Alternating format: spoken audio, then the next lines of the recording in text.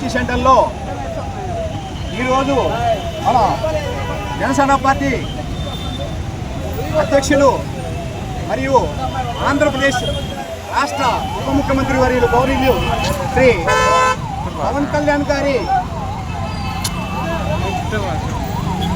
గారు ఆయన సూచన మేరకు, అదేవిధంగా మా టిక్కో చైర్మన్ అజయ్ సార్ గారి సూచనల మేరకు ఈరోజు అనుకోకుండా సోషల్ మీడియాలో ఆడియో విడుదల కావడం జరిగింది. అంతకుముందు మాకు గత 10-15 రోజుల నుంచి తెలుసు. అయినా కానీ మేము మనసులో పెట్టుకున్నాం. మా అధిష్టానానికి కూడా ఆ విషయాలు తెలుసు. ఈ మధ్య ఈరోజు ఆ ఆడియో వైరల్ కావడం జరిగింది. ఒక జన సైనికుడు మాజీ శాసనసభ్యుడు శ్రీ ప్రతాప్ రెడ్డి గారితో సంభాషించడము, ఆయన వాయిస్ మేము వినడం జరిగింది.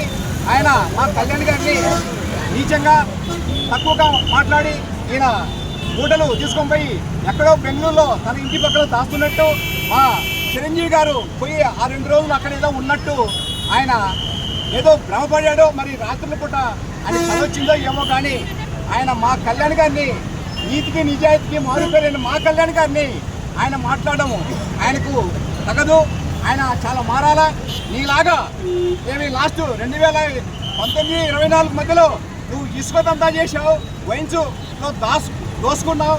అదేవిధంగా రియల్ ఎస్టేట్ నీ అనుసరణ చేత అనేక విధాలుగా 100 కోట్ల కావలనే దోసుకున్నావు. అలాంటి వ్యక్తి మా నీతి చెప్తున్న పద్ధతి మార్చుకోకపోతే పరిణామాలు తీవ్రంగా ఉంటాయని ఈ సందర్భంగా హెచ్చరిస్తున్నాం. అదేవిధంగా మా కావలి ఇన్ఛార్జి గారు చాలా మార్చుకోవాలా. నీ తనదహానికి నువ్వు ఎవరివో తెలియదు.